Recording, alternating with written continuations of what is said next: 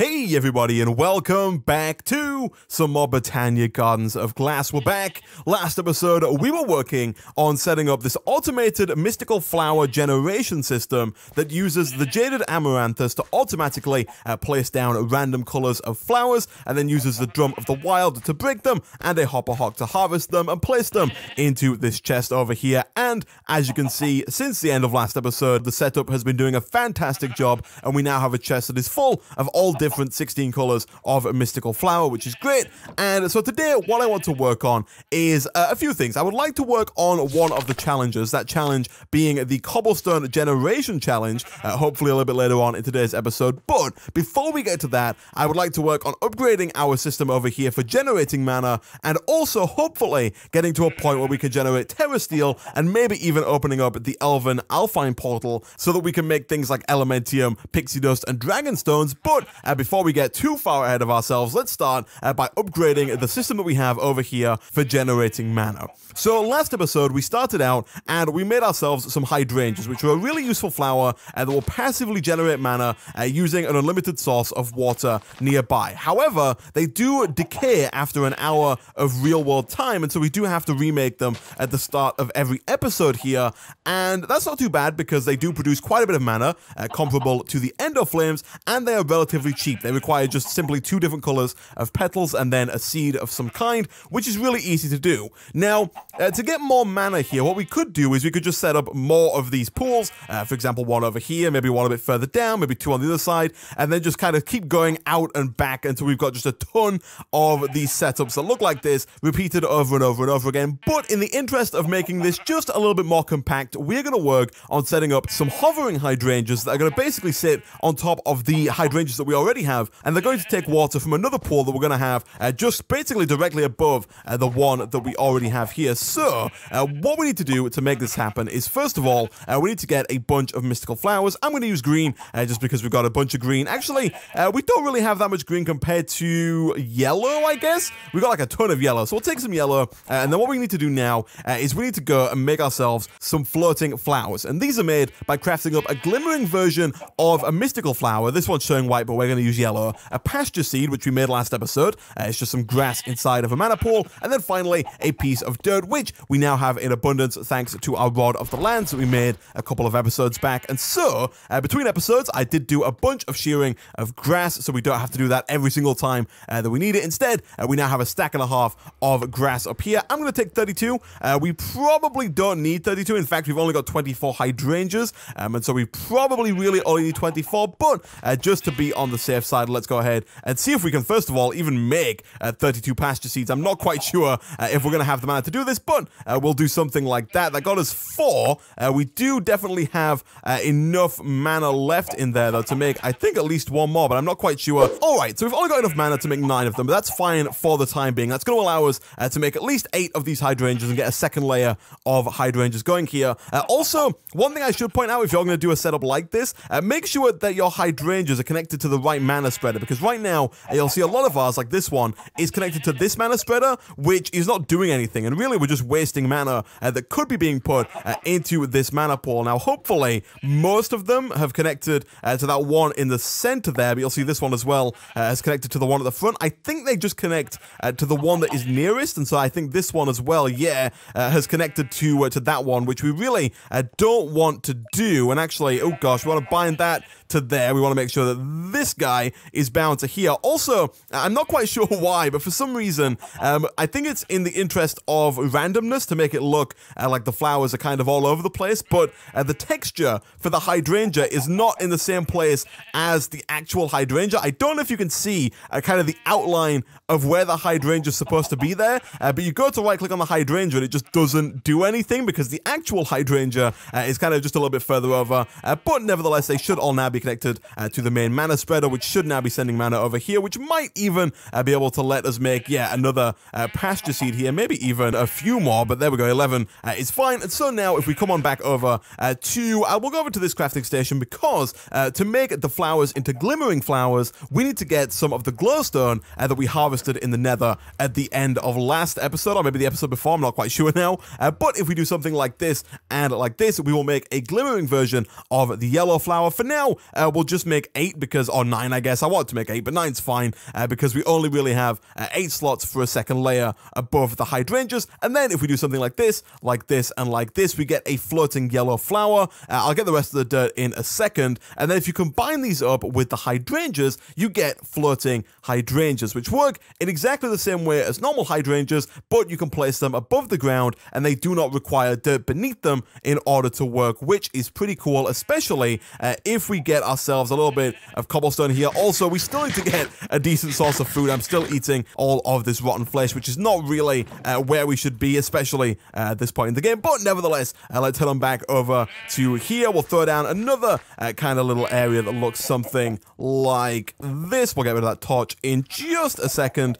There we go. And then if we use our Rod of the Seas, we can go ahead and throw down another unlimited source of water like this. And just like before, we could throw down our Hydrangeas here and here, and again, just make sure that they are connected to the right mana spreader like that. And so guys, what I'm going to do now, I'm going to go away, I'm going to make the remaining 6 floating Hydrangeas. I'm going to build up this unlimited water source over here on the left. I'm going to make sure that everything is connected to the correct mana spreader, and I'll be back in a second.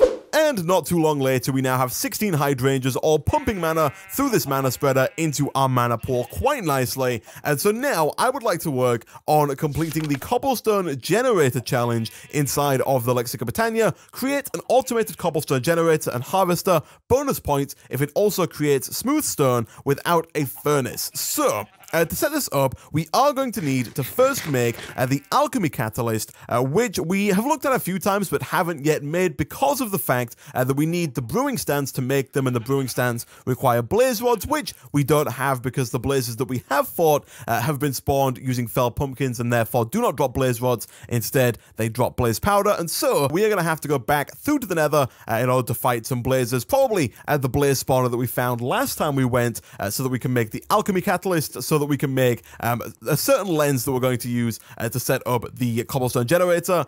Now, before we go, I did do a bunch of grinding, I guess, on the orchid between episodes, and we now have a bunch of ores. We've got more gold, we've got a ton of redstone, specifically we've got a bunch of lapis, which will come in quite useful when we start making terra steel, but we also got, I think, 44, maybe 47 iron ore as well, so we now have 47 iron ingots, which is great. And so I'm going to make myself a little bit of mana steel armor. Now, hopefully, we have got enough mana in this mana pool to make quite a bit of mana steel. So I'm going to have to throw this kind of up again like this. I'm not quite sure how much mana steel we are going to be able to make, but preferably, I would like to make a couple of tools. I'd like to get like a hatchet, a sword, maybe a shovel made out of mana steel, and I'd also like to, first of all, be able to get out of here, which I can now no longer do thanks to the new floating Hydrangeas, but we can just do this instead.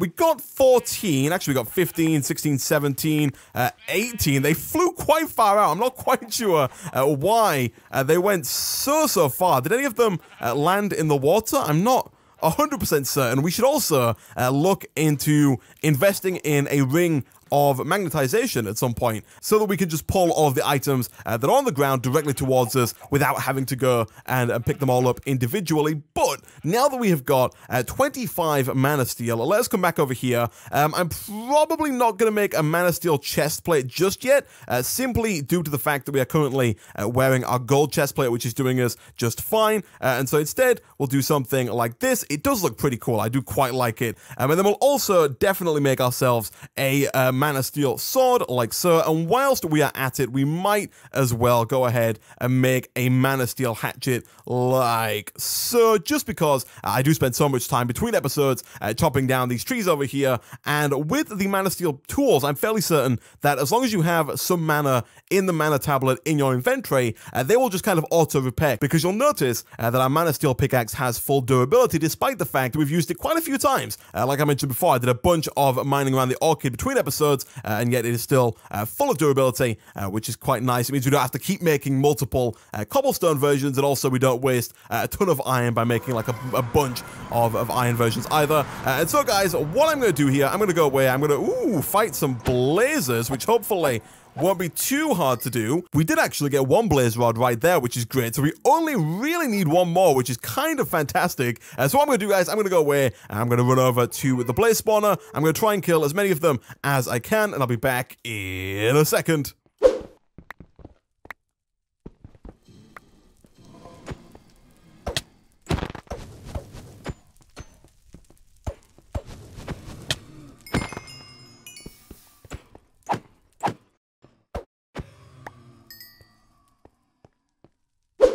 and a couple of blaze fights later, we're back in the overworld with 4 blaze rods, not a ton, but more than enough to make us the 2 brewing stands required in order to make ourselves the Alchemy Catalyst. All we're missing now is just a little bit of gold. I did go over and quickly get myself a mana pearl before we came back, and so now we can craft up the Alchemy Catalyst super easily and stick it down beneath our mana pool to allow us to craft a bunch of new stuff in there, just like we're crafting up the mana diamonds, the mana pearls, and the mana steel. But now we can craft up things like prismarine, for example, which we're going to need to make a weight lens, which I'm going to use for our Cobblestone Generator.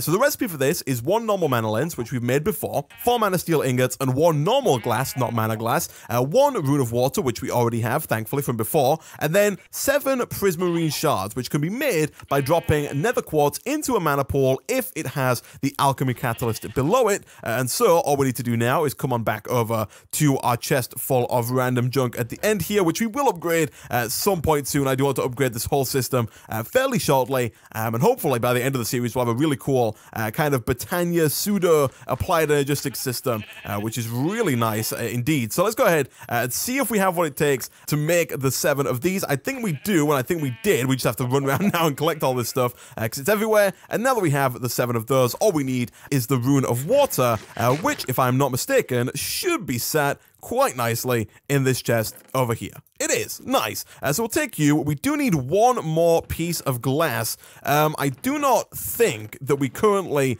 have one. We don't. We got a bunch of mana glass, but that's fine. Let's just go ahead and smelt up 1 of our sand like that. Right now, by the way, the system's not running over here. I don't know if I mentioned that at the start of today's episode. This system that generates flowers, basically, because this chest is full of stuff. Again, we do need to upgrade this chest, maybe to an iron, gold, or diamond chest at some point fairly soon, just to make sure that we've got enough space for everything to work. But right now there's no sand in the hourglass, so no signal is being sent, and therefore no flowers are being harvested. But as I mentioned at the start of the episode, we got a chest full, and so for the time being we really don't need any more flowers. We're doing just fine. So let's grab the glass, let's craft that up into a basic mana lens like this, and then let's craft that together with the prismarine shards and the Rune of the Water to get a mana lens like that. And then finally we are going to have to get 1 more of these mana spreaders like so. And now we should be able to set up, I think, a Cobblestone Generator. We might have to head back through to the nether 1 more time in just a second here to get a bucket of lava, but outside of that, I think we have everything that we need. I am going to have to make a slab real quick, and so what I'm going to do, I'm going to quickly run through to the nether, grab a bucket of lava, and now that we've got our bucket of lava, we should be able to set this up actually fairly easily. So the plan here is to have a piece of stone fall down onto a cobblestone slab, which should then in turn cause that piece of stone to kind of pop out and land on the floor, at which point we will have a hopper hock pick it up. And so the idea here is, let me see, so I want to have that there, I want to have the cobblestone be made here, or the piece of stone be made here, so I need to contain the lava, or the piece of lava, I guess 1 block above that, which is going to make it a little bit tricky, but the idea is that we do something that ends up looking a little bit like this. We're then going to put a piece of cobblestone. Actually, I'll put a piece of netherrack here. This is where our actual stone is going to go eventually. And then what we'll do is we'll put down our bucket of lava right about there. And then on any of the 4 sides around what's going to be our stone, we're going to have some water. And it's going to look something, hopefully, a little bit like, let me quickly grab a bucket of water. It's going to look something a little bit like this. So I'll put that there. We'll then cover that up. Hopefully no torches get broken. They did, but that's fine. We can just put these back down real quick like this. Boom. And boom. And so now what should happen is, I think, as soon as we break this netherrack, hopefully we don't get obsidian, but hopefully we get a piece of stone. Nice. So let me get rid of a couple of these excess pieces here that we don't need. We do need that piece. We don't need that piece. So that's fine. And then, of course, we don't need any of these pieces either. And now the idea is that we do need to have that slab there, so we'll put the slab back down like that. And now what we need to do is we need to have this stone kind of fall down, kind of have the effect that sand or gravel would, because if a piece of sand or gravel falls down like this, it will then hit the slab and it'll pop off because of the fact that the slab is on the bottom half of the block and it can't land on it how it normally would. So you'll see that I have lined this up perfectly over here with our mana pool. So I'm going to break this ender flame, which we don't really need right now because we're not really using fuel for mana anymore.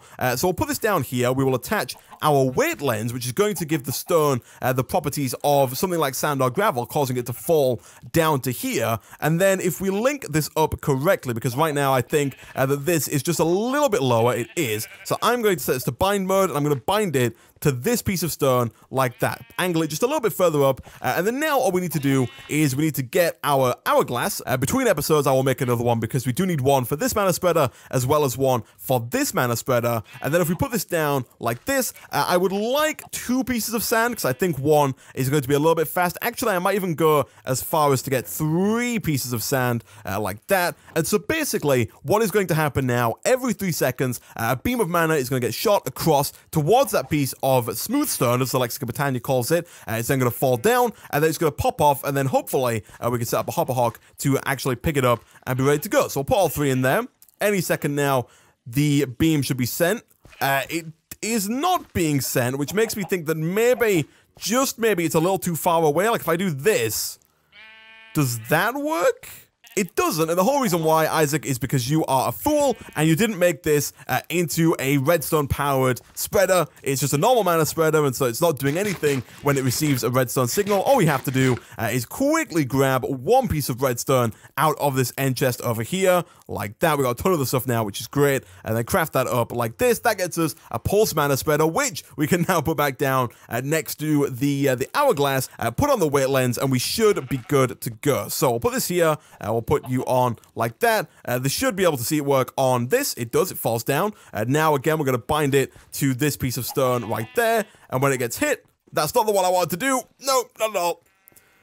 There we go. So now that that's fixed, there we go. You'll see, hopefully, we are going to have a bit of spillage here. We might have to kind of encase this a bit, but you'll see that we are generating stone, which is pretty cool. Now, we are going to have a problem with water flowing absolutely everywhere. So instead, let me try and kind of stop this issue a little bit like that. And so now you'll see that we're collecting a nice little pile of stone down there. And if we look into the Lexicon Botania, I believe that that is a cobblestone generator complete. It does say bonus points if it creates smooth stone. So we've kind of done the bonus points without doing the non-bonus points because this thing doesn't generate cobblestone. The way that you would go about generating cobblestone, also, can we get rid of this? Yeah, we can. The way that you would go about generating cobblestone, which we might actually do here because it's fairly easy, is ideally the same setup but with a ball lens instead of the weight lens. And so when the stone gets hit, it gets broken and then the piece of cobblestone falls down. And so for this, it's really easy again. 2 pieces of lapis, 1 piece of redstone, 1 mana lens, and then 1 piston. Let me quickly go and grab everything we need in order to make that. Like so. So that gets us the mana lens of the boar. We are going to need to get another mana pool here, I think, because our first one is getting a little bit overcrowded, and we're also probably going to want to have another mana spreader here as well that I should probably also make into a pulse mana spreader right off the bat, just because I'm fairly certain that that is how we're going to have to do this as well, like so. And now, what I'm going to do is I'm going to throw down our mana pool. I've also gone ahead and made another hovering hourglass, by the way. But I'm going to throw this down probably right about